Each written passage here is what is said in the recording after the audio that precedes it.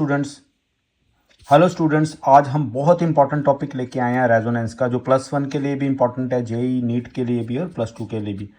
काफ़ी ज़्यादा क्वेश्चंस आते हैं इसमें से, रिलेटेबल क्वेश्चंस है जेई और नीट में भी, और आपस में ट्रिकी क्वेश्चंस भी बन जाते हैं। देखिए, व्हाट इज़ रेजोनेंस? रेजोनेंस है क्या? रेजोनेंस के लिए देखो, व्हेन अ मॉलिक्यूल, कोई अगर मॉलिक्यूल होगा या आयन होगा जो दो और दो से ज़्यादा वैलिड लुईस स्ट्रक्चर से डिस्क्राइब हो, तो ये जो स्ट्रक्चर्स बनेंगे इनमें इलेक्ट्रॉन्स की प्लेसमेंट होनी चाहिए। कैसे? एक तो कॉन्जुगेशन होनी चाहिए, अभी आपको बताएंगे काफ़ी सारी एग्जांपल्स के साथ, और इनमें स्प्रेडिंग होनी चाहिए इलेक्ट्रॉन्स की, उसे बोलेंगे रेजोनेंस। रेजोनेंस जनरली इसलिए होगी कि वो गिवन मॉलिक्यूल में या गिवन आयन में स्टेबिलिटी ला सके। बट कैसे रेजोनेंस स्टेबलाइज करती किसी मॉलिक्यूल को? वो क्या, जब कभी भी रेजोनेंस होगी, इलेक्ट्रॉन्स क्या करेंगे? डीलोकलाइजेशन, मतलब एक जगह से या एक एटम से दूसरे एटम में जंप करेंगे, डीलोकलाइज्ड होंगे। लोकल से ये डीलोकलाइज मतलब स्प्रेड होंगे एक जगह से दूसरी जगह तक। और बॉन्ड करैक्टर हमारे पास क्या होगा? सपोज करिए, ये देखो, ये बेंजीन है, ये डबल बॉन्ड है, तो ये किस तरह से सिंगल में बदलेगी, सिंगल डबल में ये रेजोनेट करेगी। अभी हम करके बताएंगे आपको। तो जिससे होगा क्या, जब कभी भी इलेक्ट्रॉन की डीलोकलाइजेशन होगी या स्प्रेडिंग होगी, तो उससे क्या होगा? ओवरऑल एनर्जी जो है वो कम होगी। जब एनर्जी कम होगी तो कम एनर्जी आने से स्टेबिलिटी आएगी। अब आपको एक एग्जांपल बताते हैं बेंजीन की। देखिए, जो बेंजीन है, बेंजीन एक परफेक्ट कॉन्जुगेशन सिस्टम है। कॉन्जुगेशन मतलब double bond, single double and single. अब ये कॉन्जुगेशन के बाद जब रेजोनेंस में जाएगी, दिस इज रेजोनेटिंग एरो। मैंने आपको काफ़ी एरोज बताए हुए हैं, जैसे ये वाला डॉल्फिन एरो है और ये वाला स्टेट एरो है, ये वाला रेजोनेटिंग एरो। तो जब ये रेजोनेंस करेगी उसके बाद इस तरह का स्ट्रक्चर आएगा। अब कई बार पूछते हैं क्या बेंजीन का आईयूपीएसी नेम पॉसिबल है? IUPAC name of benzene, IUPAC name benzene का पॉसिबल नहीं है। उसके पीछे रीज़न क्या है? रीज़न ये है कि रेजोनेंस जब करेगी बेंजीन, तो डबल बॉन्ड की पोजीशन फिक्स नहीं रहेगी।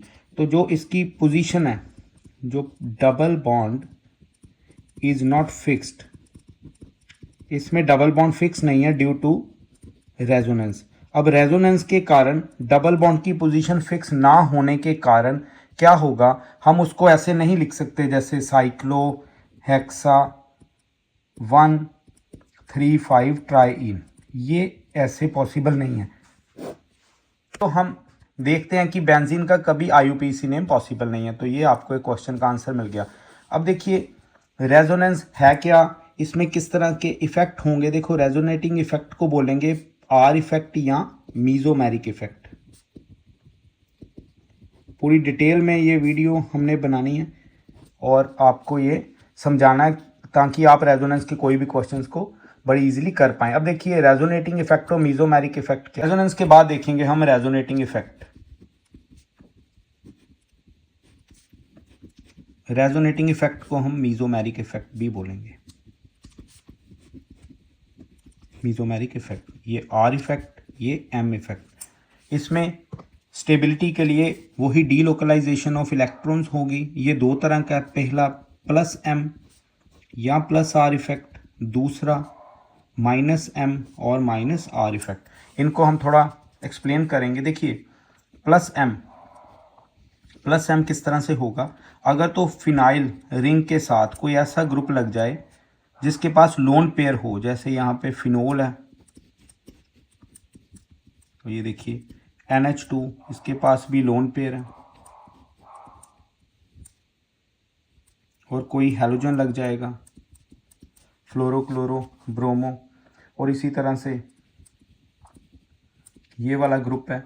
तो जिनके पास लोन पेयर अवेलेबल हों वो क्या करेंगे, देखना आपने। मैं इनका इक्विवेलेंट एक बार आपको बता दूं। देखो, ये फिनाइल रिंग है और ये वाला कोई ऐसा ग्रुप लग गया,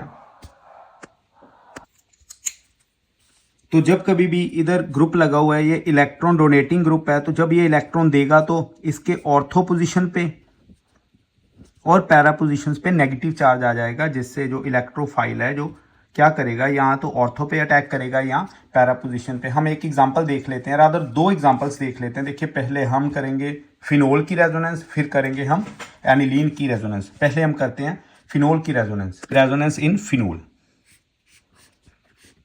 कितने स्ट्रक्चर बनाएगा, क्या ये सारा हम देखेंगे। ये देखो,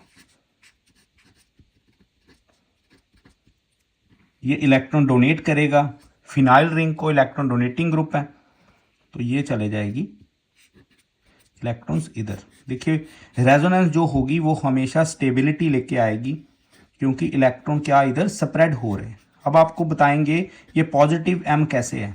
देखो ग्रुप यहाँ पे जो लोन पेयर वाला एटम है उसके ऊपर पॉजिटिव चार्ज आ गया, क्योंकि उसने क्या किया, इलेक्ट्रॉन्स डोनेट किए हैं, उसके पास इलेक्ट्रॉन कम हो गए। अब ये इधर जाएगा under the influence of repulsion, इसकी रिपल्शन के कारण ये आगे मूव कर गए और ये इधर आ जाएंगे। अब देखो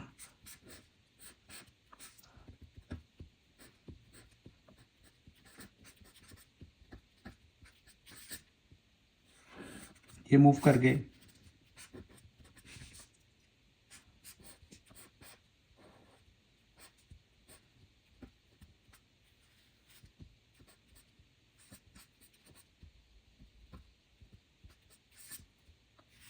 ये मूवमेंट और ये वापस अपनी जगह पे। देखो इससे हुआ क्या, पहले तो नंबर्स ऑफ स्ट्रक्चर्स देख लें कितने बने। ये देखो जहाँ पे डबल बॉन्ड थी और लास्ट में क्या आ गई, सिंगल बॉन्ड। ये वाले जो स्ट्रक्चर्स बने इनको बोलेंगे कैनोनिकल स्ट्रक्चर्स और रेजोनेटिंग स्ट्रक्चर्स। अब देखो 1 2 3 4 और 5। अब अगर हम इसको नंबर दे दें 1 2 3 4 और 5। अब देखिए स्टूडेंट्स इसमें क्या हुआ, सेकंड स्ट्रक्चर, थर्ड स्ट्रक्चर और यहाँ इधर फोर्थ स्ट्रक्चर जो है उसमें आप देखिए ऑर्थो पोजीशन पे नेगेटिव चार्ज है, यहाँ पे थर्ड पे पैरा पे और ऑर्थो पे नेगेटिव चार्ज है। तो जब कभी भी ये इलेक्ट्रोफिलिक सब्स्टिट्यूशन रिएक्शन करेंगे तो इलेक्ट्रोफाइल अटैक करेगा इनकी ऑर्थो और पैरा पोजीशन पे। इसीलिए ये वाले जो ग्रुप्स हैं जैसे फिनोल है, एनिलीन है और हेलोएरीन्स है, ये क्या है जी, ये ऑर्थो एंड पैरा डायरेक्टिंग है टुवर्ड्स इलेक्ट्रोफिलिक सब्स्टिट्यूशन रिएक्शन। हम एक एग्जांपल के तौर पे देख लेंगे। अगर तो फिनोल की नाइट्रेशन करवाएं हम, सपोज करिए आपको एग्जाम में दिया गया कि कंसनट्रेटेड नाइट्रिक एसिड और सल्फ्यूरिक एसिड। देखिए मैं इधर एक और आपको चीज़ बताने लगा हूँ, जब ये दोनों एसिड रिएक्ट करेंगे, जब कभी भी नाइट्रिक एसिड कंसनट्रेटेड और सल्फ्यूरिक एसिड कंसनट्रेटेड रिएक्ट करेंगे तो ये देंगे नाइट्रोनियम आयन। नाइट्रोनियम हमारी वीडियोस में आपको कुछ छोटी छोटी बारीकियां भी सीखने को मिलेगी, तो तभी कहते हैं बड़े अच्छी तरह से इनको देखना है। अब देखो नाइट्रोनियम आयन बना है, ये क्वेश्चन सीबीएसई पीएमटी में भी काफ़ी बार आया जब, और इसके बाद मैंने जब एक बार टेस्ट हुआ करता था AIEEE या अब तो जेई मेंस में भी कई बार ये देखने को मिला है। अब आपको देखिए यहाँ पे देखना है फिनोल के क्या होगा, ये ऑर्थो एंड रेजोनेंस के कारण ऑर्थो एंड पैरा पोजीशन पे नेगेटिव है। तो जो नाइट्रोनियम है स्टूडेंट्स, नाइट्रोनियम आयन कहाँ पे अटैक करेगा, इधर ऑर्थो और पैरा पोजीशंस पे। तो ये वाला जो है मेजर प्रोडक्ट है, क्यों, क्योंकि ये ज़्यादा सिमेट्रिकल होने के कारण ये मेजर प्रोडक्ट बनेगा। देखो तीन कॉन्सेप्ट्स आपको पता लगे, एक मैंने यहाँ पे रेजोनेंस बताई कि प्लस क्यों आया, किस तरह से रेजोनेंस करते, दूसरा मैंने आपको ये नाइट्रोनियम आयन के बारे में बता दिया, और थर्ड मैंने ये बता दिया कि इनमें से मेजर क्यों ना है, क्योंकि ये वाला सिमेट्रिकल है। अब हम देखेंगे एनिलीन की रेजोनेंस। एनिलीन की रेजोनेंस कैसे होगी, देखिए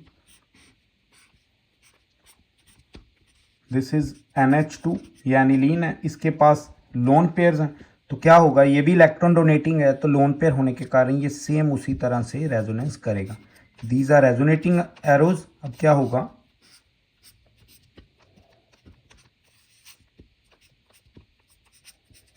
ये देखो पॉजिटिव होने के कारण ये बन गया पॉजिटिव R इफेक्ट। ये देखो ये मूव करेगा इधर, अब इसके इन्फ्लुएंस में ये वाली लोन पेयर आगे जाएगी, क्या आएगा,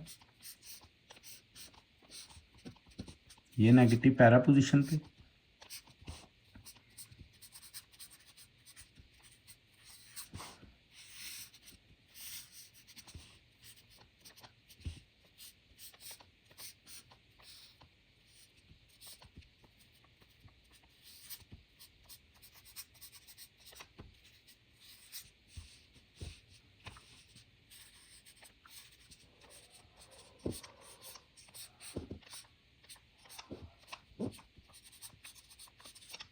ये दोबारा वैसे ही देखो 1 2 3 4 और 5। यहाँ पे देखिए सेकंड, थर्ड और फोर्थ ऑर्थो पोजीशन पे चार्ज आया, नेगेटिव पैरा पे आया, ऑर्थो पोजीशन पे आया। तो इस तरह से ये भी क्या, जब कभी भी इलेक्ट्रोफाइल से रिएक्ट होगी एनिलीन तो ये भी ऑर्थो एंड पैरा पोजीशंस पे ही अटैक होगा इसकी। अब हम नेक्स्ट रेजोनेंस करेंगे क्लोरो बेंजीन की। देखो क्लोरो बेंजीन की रेजोनेंस किस तरह से, इसके पास तो 3 लोन पेयर्स हैं, तो क्या होगा, ये फिर उसी तरह से मूवमेंट करेगी। ये देखिए ये आ गया। हमने आपको ये बताना है कि ये प्लस m किस तरह से है। अब देखो ये आगे इलेक्ट्रॉन्स इधर नेगेटिव, सेम उसी तरह से मूवमेंट करेगी।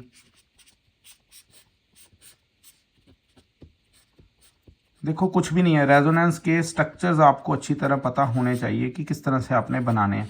इनको प्रैक्टिस करेंगे बना बना के तभी आएंगे।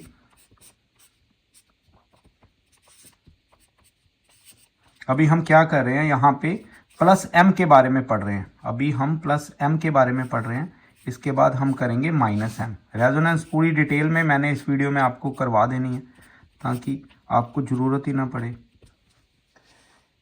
कट कट के देखने की। देखिए यहाँ पे देखिए सेकंड, थर्ड और फोर्थ स्ट्रक्चर ये भी क्या होगा, ऑर्थो एंड पैरा डायरेक्टली।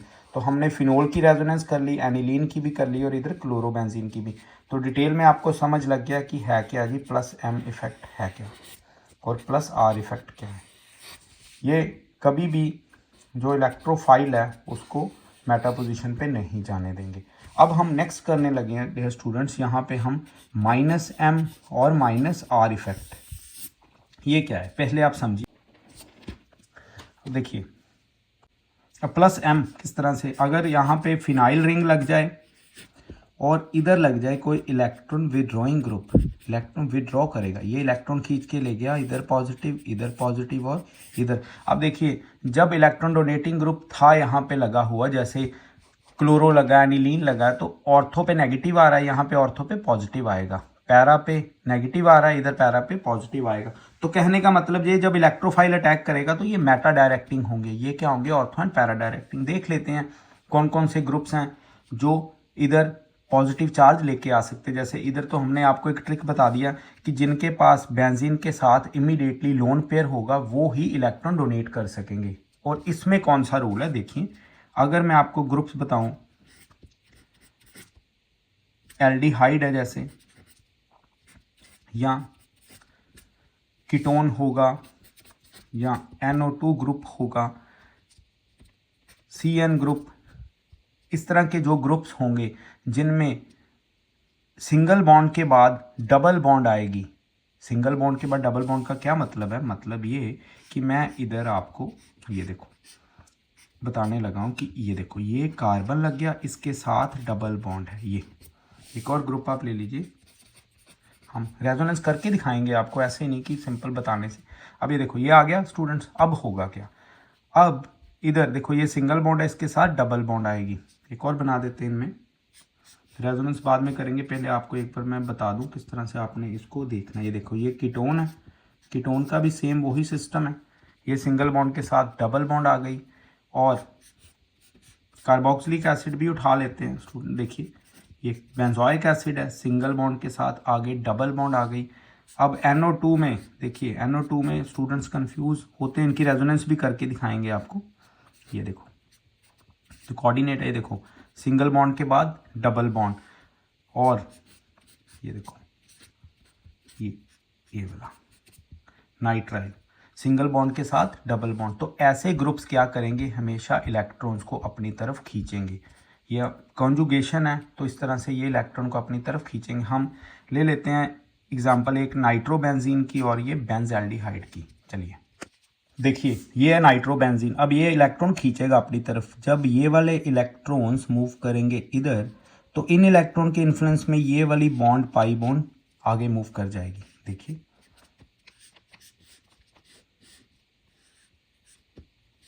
एक इलेक्ट्रॉन इससे नेक्स्ट इलेक्ट्रोनेगेटिव होना चाहिए। अब क्या होगा, इधर आ जाएगा बच्चों पॉजिटिव चार्ज, और ये एज इट इज़ इंटैक्ट रहेगी ऑक्सीजन, ये वाली कोऑर्डिनेट बॉन्ड वाली, बट इधर यहाँ पे देखो बॉन्ड्स बढ़ गए तो -1 स्पेसिफाई हो गया।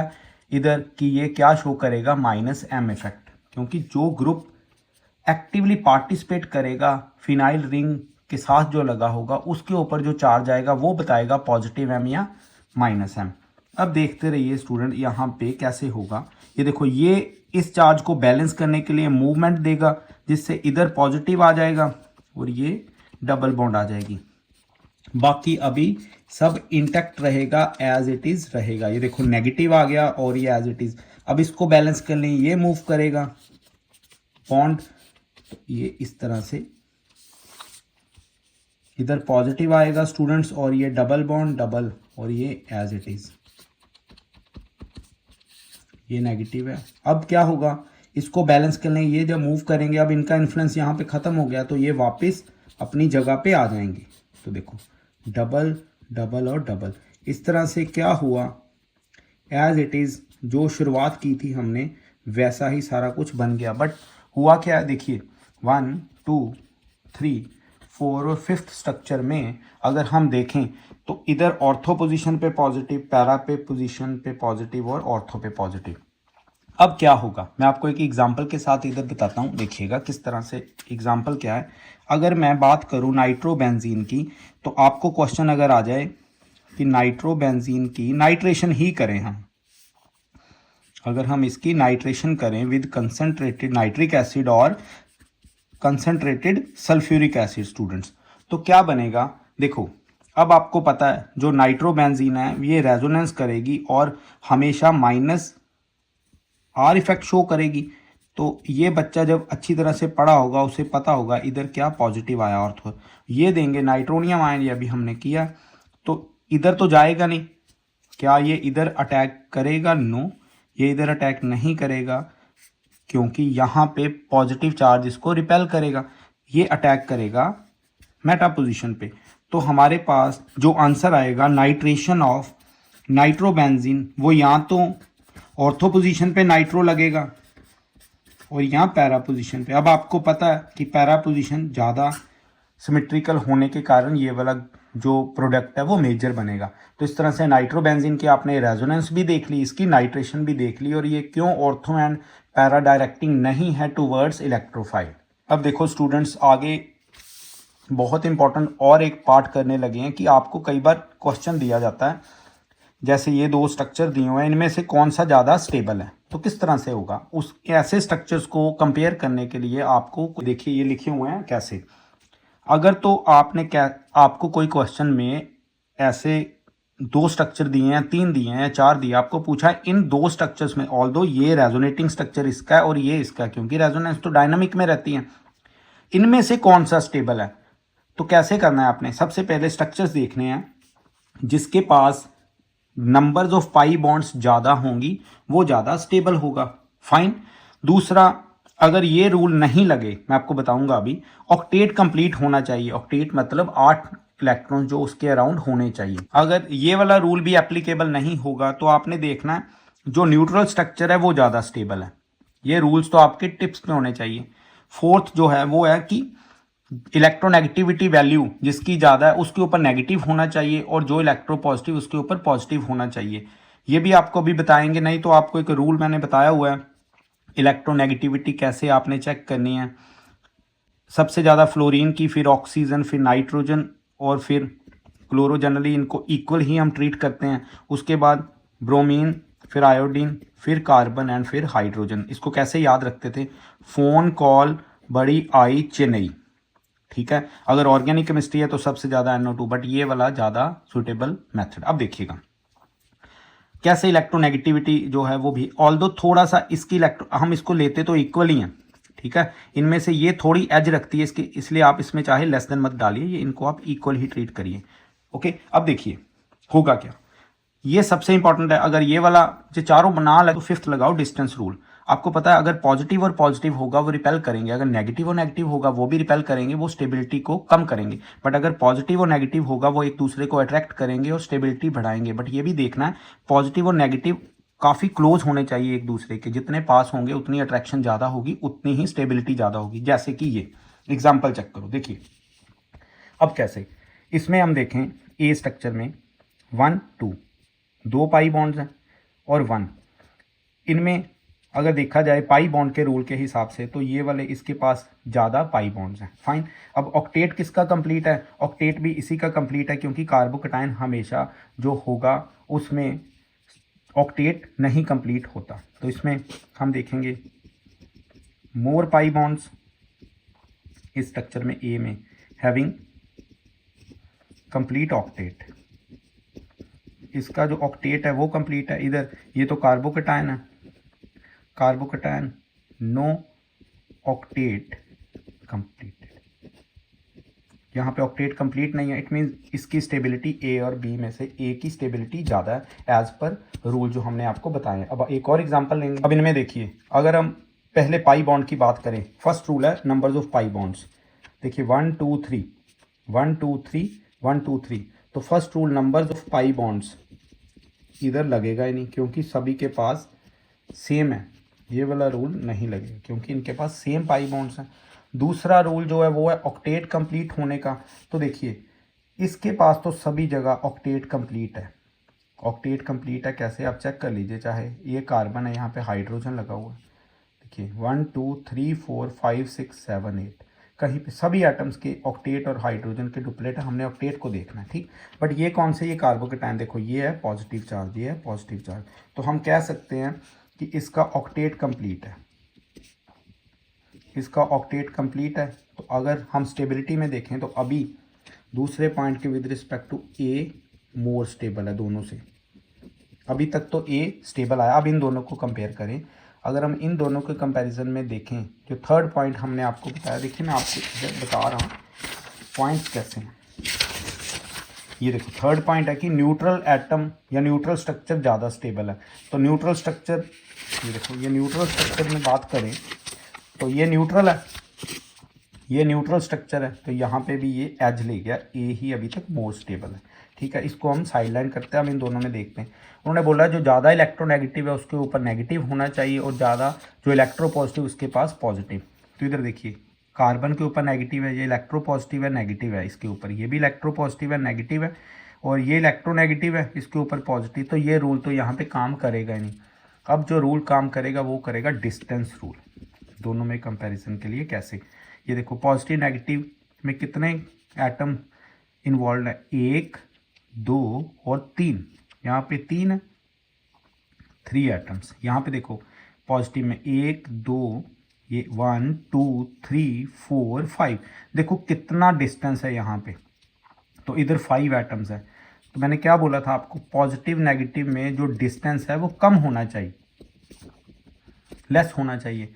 तो एज पर हमने जो रूल्स किए हैं उसके अकॉर्डिंग ए सबसे ज़्यादा स्टेबल, उसके बाद बी, उसके बाद सी। ये तीनों ही स्टेबल किस तरह से होंगे, किस तरह से ये यहाँ पे सी सबसे कम स्टेबल है, ये मैंने आपको बता दिया। अब हम करेंगे थर्ड एग्जांपल। देखिए थर्ड एग्जांपल कैसे, इसमें numbers of pi bond same है 1, इसमें भी 1, ये हो गया। दूसरा न्यूट्रल, दोनों ही न्यूट्रल नहीं है, दूसरा रूल ख़त्म हो गया। तीसरा सभी का ऑक्टेट कंप्लीटेड है, यस कंप्लीट है सभी का। अब हम बात करेंगे, अगर हम ये पॉजिटिव और नेगेटिव की बात करें, पॉजिटिव और नेगेटिव की, इलेक्ट्रोनेगेटिव नाइट्रोजन भी है और ऑक्सीजन भी इलेक्ट्रोनेगेटिव है। पर यहाँ पे अगर आप देखेंगे ऑक्सीजन की जो पॉलिंग स्केल पे इलेक्ट्रोनेगेटिविटी वैल्यू है, electronegativity value at Pauling scale, आपको पता है पॉलिंग ने हमें एक स्केल दिया हुआ है इलेक्ट्रोनेगेटिविटी के लिए। तो ऑक्सीजन की 3.4 से 3.5 तक वैल्यू आएगी, ये इसकी वैल्यू है। जबकि जो नाइट्रोजन है इसकी जनरली 3 वैल्यू हम ट्रीट करते हैं। तो इन दोनों में से इलेक्ट्रोनेगेटिव ज़्यादा कौन सा है, ऑक्सीजन। तो ऑक्सीजन ज़्यादा इलेक्ट्रोनेगेटिव होने के कारण इसके ऊपर जो नेगेटिव चार्ज आएगा वो इसको ज़्यादा स्टेबल करेगा। इट मीन्स इनमें से बी ज़्यादा स्टेबल है एज़ कम्पेयर टू ए। तो ये वाले रूल्स के विद रिस्पेक्ट टू आपने जो रेजोनेंस भी करनी है, तो ये सारा हमने आज के लेक्चर में किया है। डिटेल अगर आप अच्छी तरह से देखेंगे, नोट करते रहेंगे चीज़ें, तो आपको ये बड़ा इजी लगेगा। यहाँ तक ही हम आज वीडियो का एंड करते हैं। देखते रहिए और सभी को शेयर करते रहिए। Thank you.